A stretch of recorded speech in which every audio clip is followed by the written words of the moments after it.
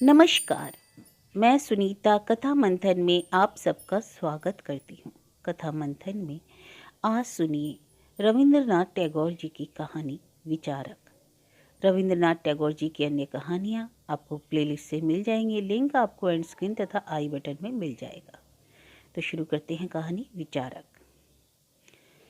अनेक अवस्थाएं बदलने के उपरांत अंत को गत यौवना चुन्नी ने जिस पुरुष का आश्रय ग्रहण किया था, वह भी जब उसे फटे कपड़े की तरह छोड़ गया, तब मुट्ठी भर अन्न के लिए दूसरे आश्रय को खोजने की चेष्टा करने में उसे अत्यंत धिक्कार मालूम पड़ा।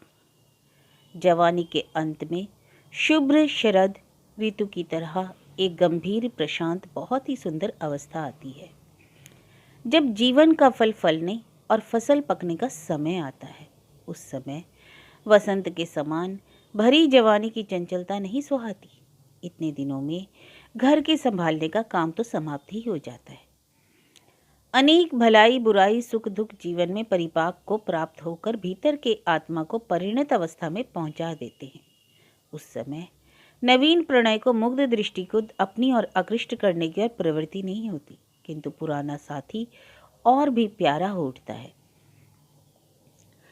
उस समय जवानी का सौंदर्य धीरे धीरे शिथिल हो जाता है, किंतु वृद्धावस्था से रहित अंतः प्रकृति बहुत काल के सहवास से मुख और नेत्रों में मानो बहुत अच्छी तरह अंकित हो जाती है। जो कुछ मिला नहीं उसकी आशा छोड़कर जो छोड़ गए हैं उनके लिए शोक समाप्त करके, जिन्होंने धोखा दिया है उनको क्षमा करके, जो पास आए हैं और जिन्होंने प्यार किया है उनको हृदय से लगाकर सुनिश्चित सुपरिचित चिर परिचित लोगों के स्नेह के घेरे के भीतर निरापद स्थान बनाकर उसी के भीतर सब चेष्टाओं का अंत होता है, सब आकांक्षाओं की तृप्ति होती है। जवानी के उस स्निग्ध सायकाल में, जीवन के उस शांति पर्व में भी जिस नए सिरे से संचय, नवीन परिचय और नवीन बंधन के वृद्धा आश्वासन में नवीन चेष्टा के लिए दौड़ना पड़ता है, उस समय भी जिसके लिए विश्राम की शैया नहीं बिछी, उससे बढ़कर सोचनीय संसार में तो कोई नहीं। चुन्नी ने अपनी जवानी के सायकाल में एक दिन सवेरे उठकर देखा कि उसका प्रणय रात को उसका संचित धन और गहने लेकर भाग गया है। घर का किराया देने के लिए भी एक पैसा नहीं छोड़ा। 3 वर्ष के बच्चे को दूध लाकर पिलाने का भी ठिकाना नहीं रहा। जब चुन्नी ने सोचकर देखा कि अपने जीवन के 38 वर्षों में वह एक आदमी को भी अपना नहीं कर सकी, एक घर के कोने में भी मरने जीने के लिए ठिकाना नहीं कर सकी, जब उसे दिखाई पड़ा कि आज फिर आंसू पहुंचकर दोनों आंखों में अंजन लगाना होगा, ओठों में पान की धड़ी जमाकर और दांतों में मिस्सी लगाकर जीर्ण यौवन को तेल पानी की चुपड़ में चमकाकर बाजार में बैठना होगा, हंसते हंसते असीम धैर्य के साथ नवीन हृदय हरने के लिए फिर नया जाल फैलाना होगा, तब वह घर के किवाड़ बंद कर पृथ्वी पर लौटकर बार बार जमीन पर अपना सिर पटकने लगी। दिन भर बिना कुछ खाए पिए मुर्दे की तरह पड़ी रही। शाम हो आई। दीपकहीन घर के कोने में अंधकार घना हो आया। एकाएक एक पुराना प्रणय आकर चुन्नी चुन्नी कहकर दरवाजा पीटने लगा। चुन्नी अकस्मात द्वार खोलकर झाड़ू हाथ में लिए बाघिन की तरह गरज कर दौड़ी। रस पिपासु युवक शीघ्र ही अपनी जान लेकर भाग गया। चुन्नी का बच्चा भूख के मारे रो रो कर खाट के नीचे सो गया था। वह इस गोलमाल से जाग पड़ा और अंधकार के भीतर माँ माँ कहकर रोने लगा। तब चुन्नी उस रो रहे बालक को प्राणपण से छाती में चिपटाकर बिजली की तरह दौड़कर पास के कुएं में कूद पड़ी। शब्द सुनकर प्रकाश हाथ में लिए पड़ोसी लोग कुएं के पास आ गए। चुन्नी और उसका बच्चा निकाल लिया गया। चुन्नी उस समय बेहोश थी और लड़का मर चुका था। अस्पताल में जाकर चुन्नी को आराम तो हो गया, किंतु हत्या के अभियोग में मजिस्ट्रेट ने उसको सेशन सुपुर्द कर दिया। सेशन जज सिविलियन मनोहर नाथ थे। उनके कठिन विचार से चुन्नी को फांसी की सजा हुई। अभागिनी की अवस्था पर ख्याल करके वकीलों ने उसे बचाने की यथेष्ट चेष्टा की, किंतु कुछ फल ना हुआ। फल ना होने का भी एक कारण था। मनोहर नाथ एक और हिंदू महिलाओं को देवी कहते हैं और दूसरी ओर स्त्री जाति के प्रति उनके आंतरिक अविश्वास है। उनका मत यह है कि रमणियाँ कुल के बंधन को तोड़ने के लिए सदा तैयार रहती हैं। शासन तनिक शिथिल होने पर समाज के पिंजरे में एक भी कुल नारी दिखाई पड़ सकती है या नहीं? दिखाई नहीं देगी। उनके ऐसे विश्वास का एक कारण भी है, और वह कारण जानने के लिए मनोहर नाथ की जवानी का इतिहास जानना परम आवश्यक है। मनोहर नाथ जब कॉलेज में सेकंड ईयर में पढ़ते थे, तब आकार में और आचार में उनका दूसरा ही ढंग था। इस समय मनोहर नाथ की चोटी है और वे नित्य अपने हाथ से अपनी हजामत बनाकर सफाई का परिचय भी दिया करते हैं। किंतु उस समय सोने का चश्मा, फैशनेबल दाढ़ी और साहबी ढंग के बाल उनके मुख की शोभा बढ़ाते थे। उस समय सज धज पर विशेष दृष्टि थी, मध्य मास से अरुचि न थी, और इसी के साथ भी एक आध लत और भी थी।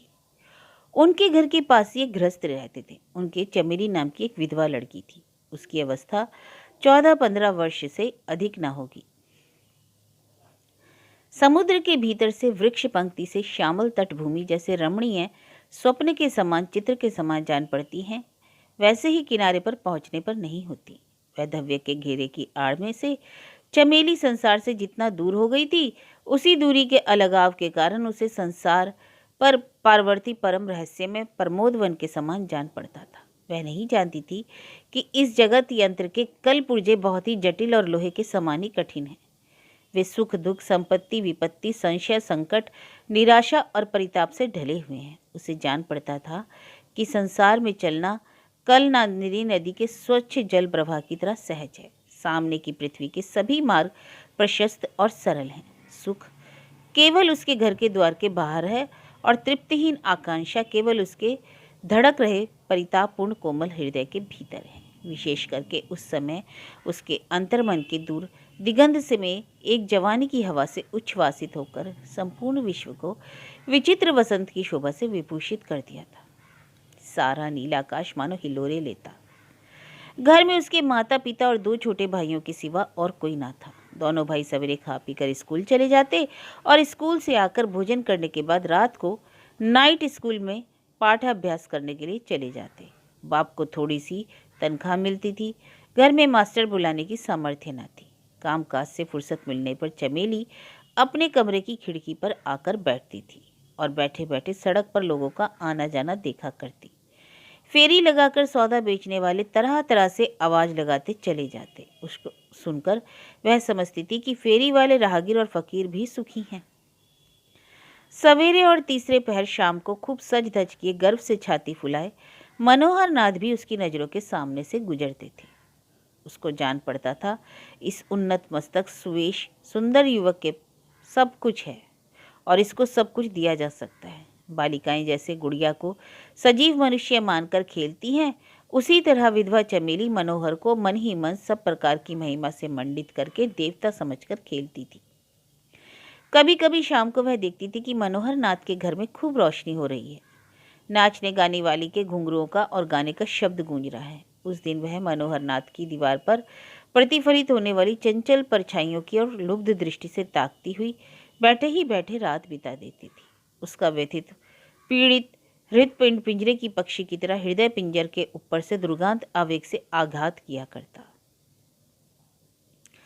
वह क्या अपने गढ़े हुए देवता को विलास से लिप्त रहने के कारण अपने मन में झिड़कती थी या निंदा करती थी? नहीं, अग्नि जैसे पतंग को नक्षत्र लोक का प्रलोभन दिखाकर अपनी ओर खींचता है, वैसे ही मनोहर नाथ का वह प्रकाशित गाने बजाने से गूंज रहा प्रमोद मदिरा के उच्छ्वास से पूर्ण घर चमेली को स्वर्ग मरीचिका दिखाकर अपनी ओर आकृष्ट किया करता। वह अधिक रात को अकेली बैठी बैठी उस घर के प्रकाश छाया संगीत और अपने मन की आकांक्षा और कल्पना के द्वारा एक माया का जगत गढ़ती थी, और अपनी मानस पुतलिका को उसी मायापुरी के बीच में बिठाकर विस्मित विमुग्ध दृष्टि से निहारती थी, और अपने जीवन यौवन सुख दुख यह काल परकाल आदि सर्वस्व को वासना की आग में धूप की तरह जलाकर उस निर्जन सुनसान घर में मनोहर नाथ की पूजा किया करती थी।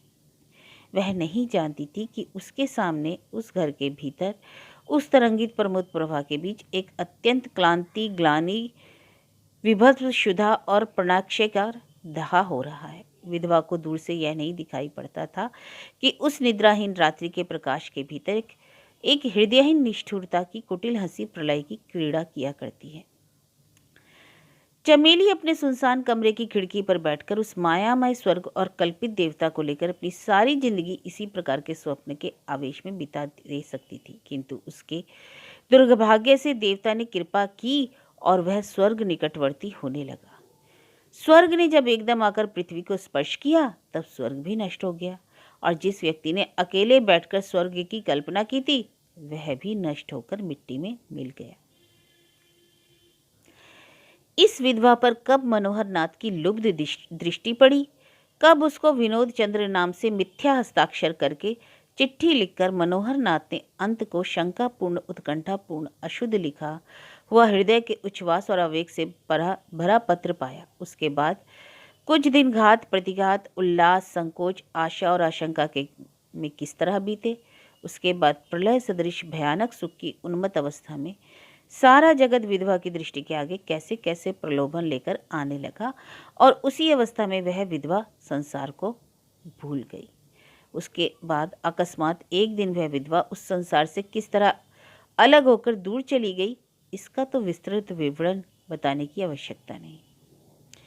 एक दिन आधी रात के समय माता पिता, भाई और घर छोड़कर चमेली विनोद चंद्र नामधारी मनोहर नाथ के साथ एक गाड़ी में सवार हो गई। देव प्रतिमा जब उसके पास आकर बैठी तब लज्जा और धिक्कार के मारे चमेली मर सी गई। अंत को गाड़ी जब हाँक दी गई तब चमेली रोकर मनोहर नाथ के पैरों पर गिर पड़ी और कहने लगी, अजी मैं तुम्हारे पैरों पड़ती हूँ, मुझे घर पहुँचा दो। मनोहर नाथ ने दोनों हाथों से जल्दी से उसका मुंह दबा दिया और गाड़ी तेजी से चलने लगी।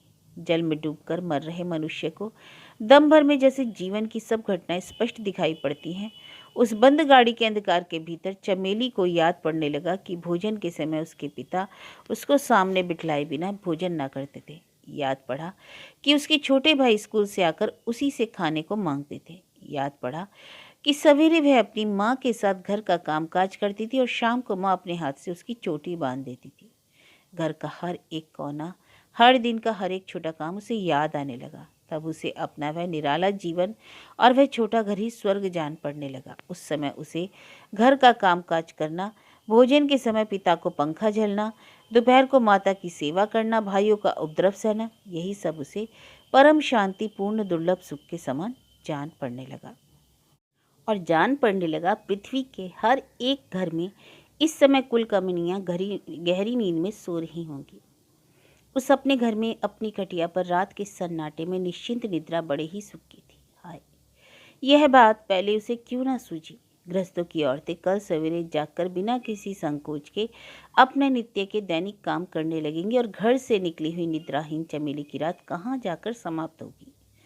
उस निरानंद प्रातःकाल में जब चमेली के घर सूर्यदेव का प्रकाश प्रवेश करेगा तब वहाँ सहसा कैसी लज्जा प्रकाशित पड़ेगी, कैसी लांछना, कैसा हाहाकार जग उठेगा। चमेली बहुत रोई धोई, बहुत कुछ अनुनय विनय करके उसने कहा, अभी रात बाकी है, मेरी माँ और दोनों भाई अभी तक जागे ना होंगे, मुझे घर पहुँचा दो। किंतु उसके देवता ने इधर ध्यान नहीं दिया। एक सेकंड क्लास की गाड़ी पर चढ़ाकर मनोहर नाथ उसे उसके चीर वांछित स्वर्ग की ओर ले चले। थोड़ी देर बाद ही देवता और स्वर्ग दोनों फिर एक दूसरी गाड़ी पर चढ़कर दूसरी ओर चले। विधवा गले गले पाप में डूबकर गोते खाने लगी। मनोहर नाथ के पहले इतिहास से हमने यहाँ पर इस घटना का उल्लेख किया। अश्लीलता के ख्याल से अन्य घटनाओं का उल्लेख यहाँ नहीं किया। इस समय उन गड़े मुर्दों को उखाड़ने की आवश्यकता नहीं। इस समय वह उस विनोद चंद्र नाम को स्मरण रखने वाला कोई आदमी जगत में है या नहीं, इसमें संदेह भी है। इस समय मनोहर नाथ शुद्ध आचार वाले हिंदू हैं। वे नित्य तर्पण करते हैं और सदा शास्त्र की चर्चा किया करते हैं। अपने छोटे छोटे लड़कों को भी योगाभ्यास कराते हैं। अपनी औरतों को सूर्य चंद्र वायु की भी जहाँ गति नहीं उस अंतःपुर में सुरक्षित रखते हैं। किंतु एक समय उन्होंने कई रमणियों का अपराध किया था। इस कारण आज स्त्रियों के सब प्रकार के सामाजिक अपराधों के लिए कठोर दंड की व्यवस्था करते हैं।